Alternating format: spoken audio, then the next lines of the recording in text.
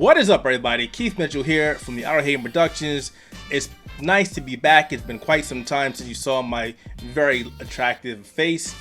And I got something I really want to talk about. So we got the Game Awards 2022 coming up in December. And obviously, a lot of games were nominated for some categories. And of course, one of the biggest categories is Best Narrative. And of course, there's a lot of blockbuster games. You know, we've got A Plague Tale Requiem. We've got Immortality, we've got Horizon Forbidden West, and of course we have two of the big juggernauts in the room. We've got Elden Ring and we've got God of War Ragnarok, which just came out but has been, fans love this game. I have not had a chance to play it yet. I still have my box over there. I probably won't play it until Thanksgiving because I'm just extremely busy. Move this man!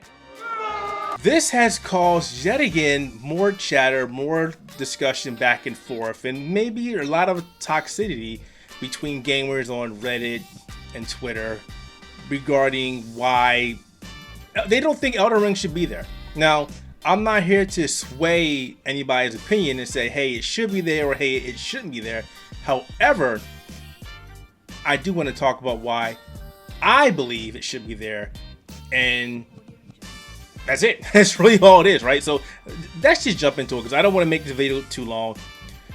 Obviously, God of War has a very great narrative. It tells a story, it tells a tale. But here's the thing, so does Elden Ring. The thing is, Elden Ring doesn't hold your hand and doesn't say, okay, you've got to go from A to B to C to D to do this, to do that. However, it still has a narrative. And a lot of people are going, no, it doesn't. So let's do this for a second. Let me sit up in this chair properly and let's talk about this.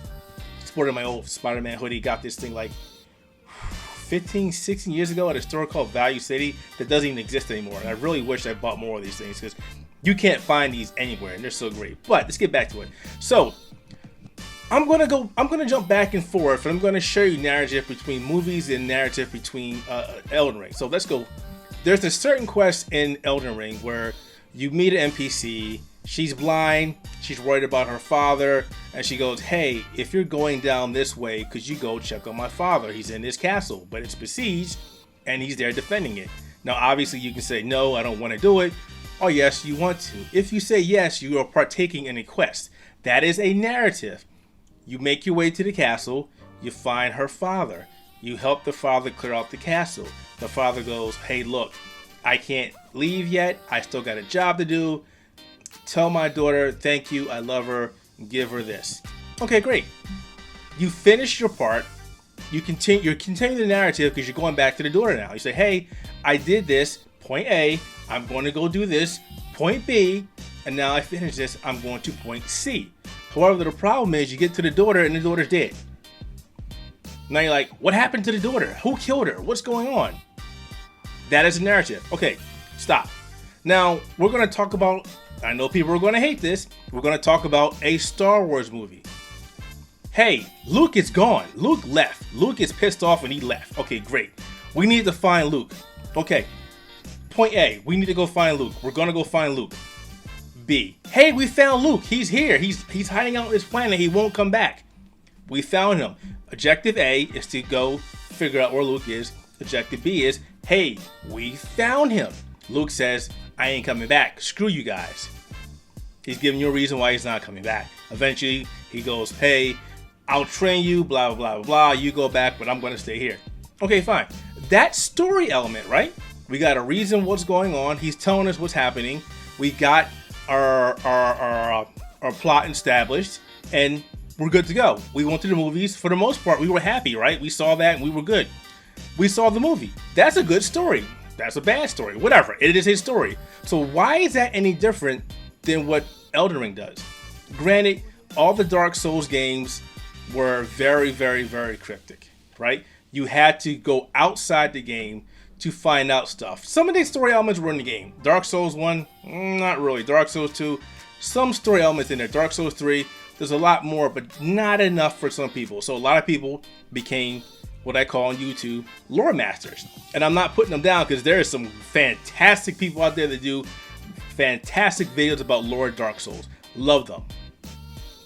Elden Ring came out, they're doing the same thing. They're still doing their lore thing, but there's a difference between lore and there's a difference between story. Now, Elden Ring, you can still pick out the story elements without having to leave the game. Yes, these people still like, you can find out more about this by doing this, and they dig deeper into the story elements in the lore. That's fantastic. They do a great job. Definitely check those people out. But the game still establishes the story. They're still establishing a narrative. And I don't understand how people just don't get that. I mean, granted, again, the old games, Dark Souls 1, Dark Souls 2, didn't do a good job. But then they started doing these other games. Bloodborne told a story. Sekiro told a story. And I would like to say maybe the story elements in Sekiro are probably a little better than what they are in Elden Ring. But the story elements have been established in both games. Great. You start playing the first game. You start playing Elden Ring.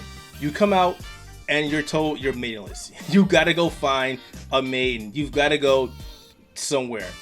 Okay, fantastic. You're being told the story elements. You're being told what's happened to the world. You're being told that you're not worth anything. You're being told eventually that you need to meet people at a certain place.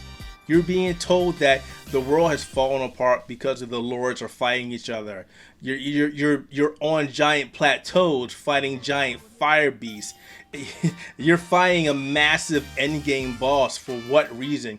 And every time you fight a boss or you go to a location that is a major element within the game, you're giving story elements. You're being told what to do. You're being told what happened to the world. That is narrative. If the game simply went, ha, here's a boss, you killed the boss, ha ha, and then that was it. Okay, great. Then yeah, there's no narrative. Then we go back to Dark Souls 1. But there were still story elements in Dark Souls 1. There just wasn't a lot. But now we're in Elden Ring where they're everywhere. It's just if some people just refuse to see that because it's not super easy to see. And that's fine. But the problem here is Elden Ring and God of War Ragnarok are two complete different games. Elden Ring is an open world with story elements everywhere. And it's not always laid in front of you. God of War Ragnarok, the story elements is what drives the game. You're being fed elements as you play, non-stop, literally non-stop. Fantastic. But for people to go back to Elden Ring and say, hey, Elden Ring is not giving you any story elements,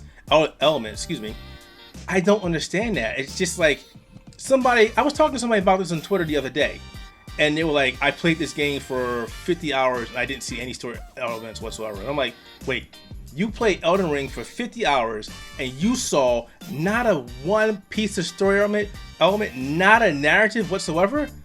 I stopped talking to the guy. I was like, look, what game did you actually play? Because it wasn't Elden Ring. Now, I know a lot of people at the Art Haven and people on Twitter know that I'm a big fan of From Software's games. Yes, I also review From Software games. Yes, I am not going to tell you that a game doesn't have a certain thing or that a game does a certain thing or it doesn't do a certain thing because my job isn't to lie to you. Look, if a game is trash and it doesn't have certain things, I'm going to be straight up and tell you, look, it doesn't have it. It's not fair to me to say, hey, it does, because I'm shortchanging myself. I'm shortchanging you. I'm obviously damaging the brand for the Outer Haven, so it's not worth doing any of that. And so when we come back to Elden Ring, I start defending it because, again, the whole thing is the game doesn't have any narrative. It totally does. I hope this video kind of makes some sense to you. If you were already on board saying, hey, it does have narrative, fantastic. If you're somebody that says it doesn't have narrative, that's talk on Twitter. Hit me up at ShadowHaxer on Twitter. I'll be happy to talk to you. I'll talk to you on Reddit. Hey, you can email me for all I care. I will talk to you, but my job again isn't to say, is not to knock you over the head and say, hey, this game has narrative, but is to explain why it does and ask you why you don't think it does. And if you're still like, hey, it doesn't, okay, then it doesn't for you, and I can't do anything else to say otherwise. But not everybody can see things clearly. Maybe those games just aren't for you, and that's fine. A game like God of War, where it holds your hand throughout the entire story, it's great. That's up to you. Or a Plague Tale Requiem, which is a fantastic narrative adventure, and unfortunately, it is not going to win Best Narrative. Fingers crossed that it does. I think it deserves it. I think And in terms of storytelling, it's better than both God of War and Elden Ring. That's just me. Alright folks, if you made it to the end of this video, thank you for watching, and you know what to do. Subscribe to the channel, hit the thumbs up, leave a comment below. And again, thank you for watching our content. We'll have lots more content coming soon. And maybe more of my face. We'll see. Until then, let's not fight about games. Let's play the games that we love. Because games are very fun. Very fun. Games are fun to play. The games help us do a lot of things. But fighting each other should not be one of them. Watch the Game & Works show when it comes out. I think it's December 3rd. May be incorrect. And like I said, go play some damn games. Have fun. Take care.